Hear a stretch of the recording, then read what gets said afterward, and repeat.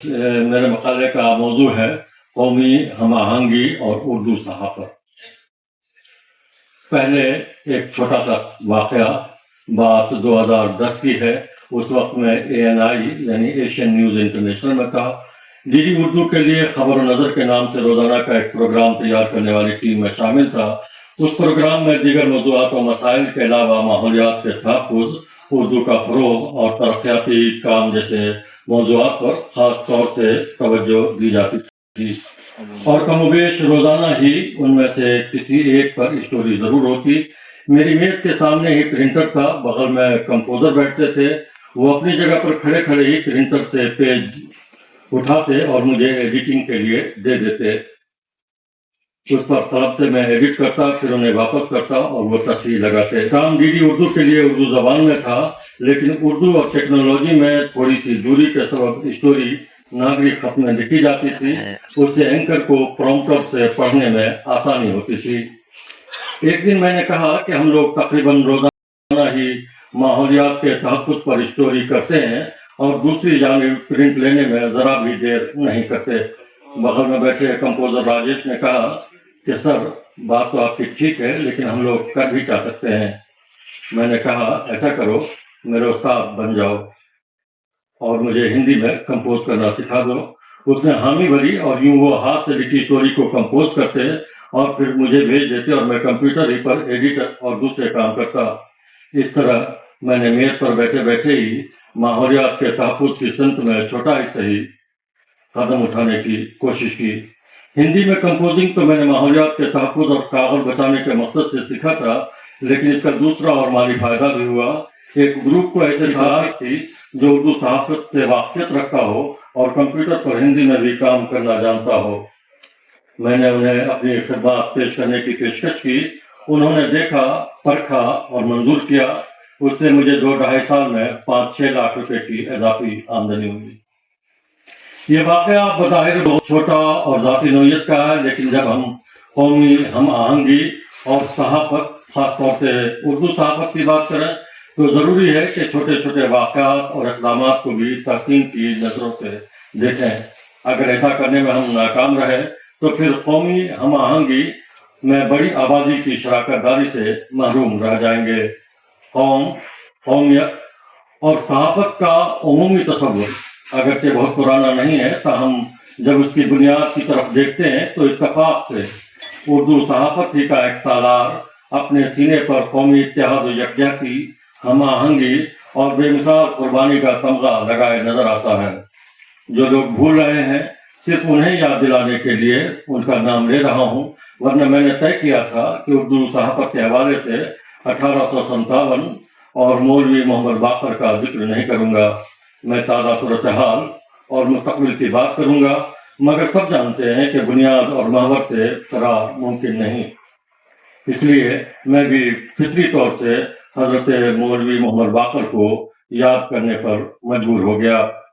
البتہ اب ماضی کے چوک چوراہوں اور گلی کوچوں میں گھومنے اور جھانکنے کے بجائے حال سے ہوتے ہوئے مستقبل میں چلتے ہیں۔ آج جمعرات ہے، تاریخ 15 اگست 2047، بمطابق 23 شوال المکرم 1469 ہجری۔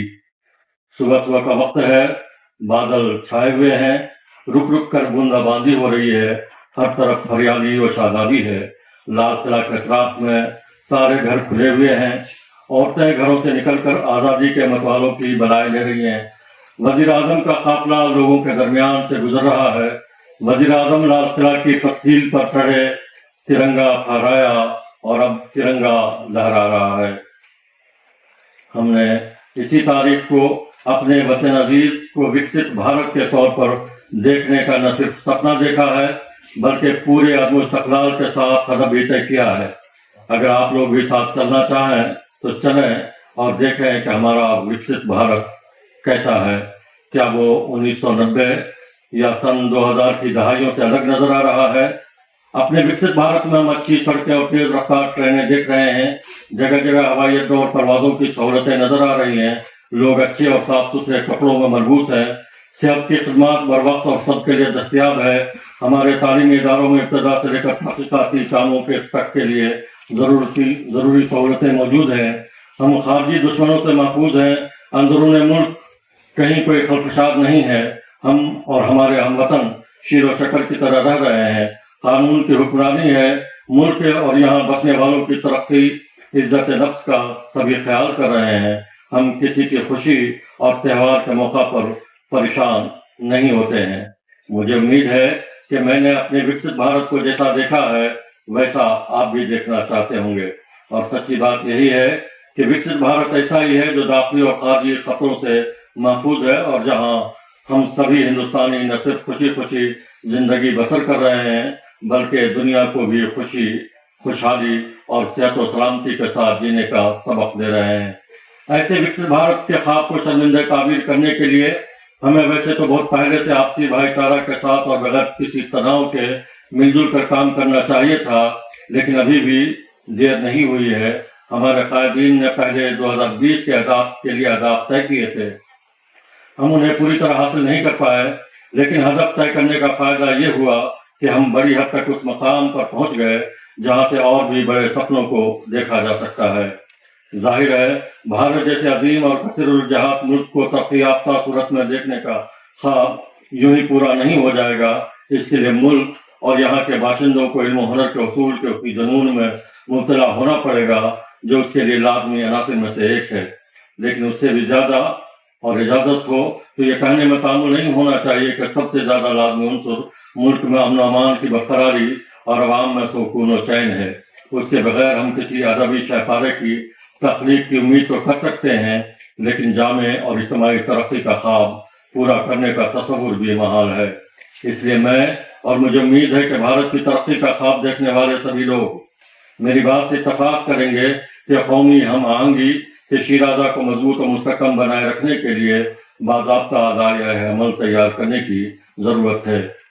یہ بات اس لیے بھی کہی جا رہی ہے کہ اپنے ملک بھارت کے عوام میں تمام تر لچک اور رواداری کے باوجود بعض مواقع پر ایسے عناصر ابھر آتے ہیں جن کے شر سے لمحوں میں بڑا نقصان ہو جاتا ہے۔ سب کو معلوم ہے کہ تعمیر مشکل ہے جبکہ تخریب کا عمل بہت تیز ہوتا ہے۔ قومی ہم آہنگی کی بنیادوں اور اس کے ڈھانچوں کو مضبوط و مستحکم کرنے میں ویسے تو ملک کے طول و عرض میں بسنے والی آبادیاں اور ان علاقوں کی زبانیں اور ان زبانوں کی صحافت کا اہم کردار ہے، لیکن ان سب میں اردو صحافت اور اردو آبادی کا رول سب سے نمایاں ہو سکتا ہے اور ہونا چاہیے۔ اس کی وجہ یہ ہے کہ اردو اپنے وطن عزیز بھارت کے مانند ہی طرح طرح کے رنگ و آہنگ اور تہذیب و ثقافت کو سمیٹے ہوئے ہے۔ اردو میں کشمیر سے لے کر کنیا کماری اور اروناچل پردیش سے گجرات تک کے رنگ و ڈھنگ اور الفاظ و محاورے دیکھنے کو مل جائیں گے۔ میرے علم میں بھارت کی کسی اور زبان میں اتنا تنوع نہیں ہے، اگر ہے تو میرے لیے خوشی کی بات ہوگی کہ اس معاملے میں بھی اردو اکیلی نہیں ہے۔ بھارت کی کوکھ میں جنمی اردو نے ہمالیہ سے لے کر بحر ہند اور خلیج بنگال سے لے کر بحیرہ عرب کے درمیان موجود وسیع و عریض خطے میں ادب و ثقافت کی آبیاری کی۔ اس کے لیے اس نے مقامی تہذیب و ثقافت سے اپنا ماحول بنایا اور کھاد کے طور پر دنیا جہان کی زبانوں سے استفادہ کیا۔ ایک ساتھ اتنی ساری زندہ زبانوں کا مجموعہ شاید ہی کوئی دوسری زبان ہو۔ اس کا اردو کو نقصان بھی ہوا ہے کیونکہ اس کا کوئی مخصوص جغرافیائی خطہ ہے اور نہ ہی کوئی نسل یا برادری۔ اردو کی طرح اردو صحافت کا بھی یہی حال ہے۔ شمالی ہند میں اردو صحافت، اس کی زبان اور اس کے خد و خال دکن اور مغرب میں مہاراشٹر بطور خاص ممبئی کی اردو صحافت سے الگ ہے۔ مشرق میں مغربی بنگال میں اردو صحافت کا زور گھٹا ہے۔ اسی طرح پنجاب میں بھی پہلے جیسا جلوہ نہیں رہا۔ ویسے اردو صحافت کا پہلے جیسا جلوہ تو ملک کے کسی بھی خطے میں اب نہیں ہے، لیکن جہاں بھی ہے، جس حال میں بھی موجود ہے، اس کا فطری رنگ اب بھی باقی ہے۔ آپ اردو کے اخبارات اٹھا کر دیکھ رہے ہیں، رسائل و جرائد کو چھان پٹک لیں، ٹی وی اور انٹرنیٹ میڈیا کو کھنگال لیں، کہیں بھی کوئی چھوٹا سا ایسا ٹکڑا نہیں ملے گا جس پر آپ عوام میں انتشار پھیلاتے یا ملک میں امن و امان کو ذرہ برابر بھی نقصان پہنچانے والا پائیں گے۔ ویسے تو اردو صحافت کا پورا ذخیرہ اور خزانہ ہی جانچ پرکھ کے لیے موجود ہے اور اس کے لیے کسی مثال کی ضرورت تو نہیں تھی، لیکن نئی نسل کو بطور مثال بتایا جا سکتا ہے کہ وہ 1992 کے اواخر اور 1993 کے اوائل کی اردو صحافت کا جائزہ لے لیں۔ آگے بڑھیں تو 21ویں صدی کے ابتدائی برسوں کو دیکھ لیں۔ قومی سیاست میں عدم استحکام اور تبدیلی کے بعد پھر بڑی تبدیلی کے دوران وقوع پذیر واقعات کو دیکھیں۔ اس کے تعلق سے دیگر زبانوں اور میڈیم کی صحافت کو دیکھیں اور اردو صحافت کو پرکھیں۔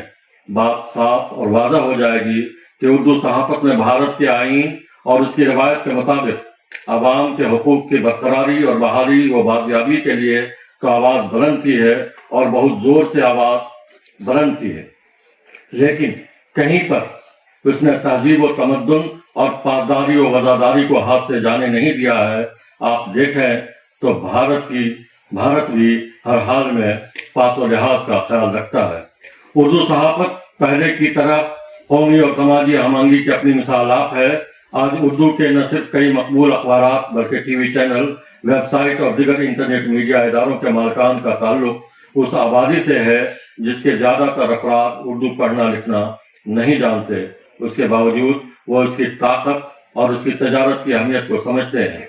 اردو اور بھارت میں اتنا زیادہ قدر مشترک ہونے کے سبب اردو صحافت اور اردو آبادی کی ذمہ داریوں میں مزید اضافہ ہو جاتا ہے۔ عام کہاوت ہے کہ جو کام کرتا ہے، کام کے لائق ہوتا ہے، اسی سے توقع بھی کی جاتی ہے۔ اردو صحافت نے ماضی میں ایک دو نہیں سینکڑوں بار وطن عزیز ہندوستان اور یہاں کے باسیوں کے لیے اپنا سب کچھ لگا دیا۔ آج بھی اس کے پاس سنہری موقع ہے۔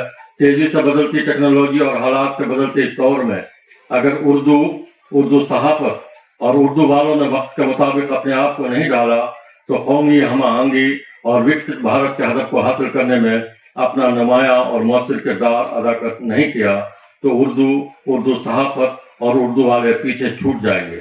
اسی کے ساتھ اس امر کا بھی اظہار ضروری ہے کہ اگر کوئی اردو صحافت اور اردو والوں کو قومی ہم آہنگی اور وکست بھارت کے ہدف کو حاصل کرنے میں اپنا کردار ادا کرنے سے روکنے کی کوشش کرتا ہے تو اس کے خلاف پورے بھارت کو کھڑا ہونا ہوگا، کیونکہ جب ملک کے ایک بھی شہری کو اس کے حق سے محروم نہیں کیا جا سکتا تو پھر اپنے وطن عزیز کو آگے بڑھانے میں اس کے سپوتوں کی بڑی آبادی کو کیسے روکا جا سکتا ہے۔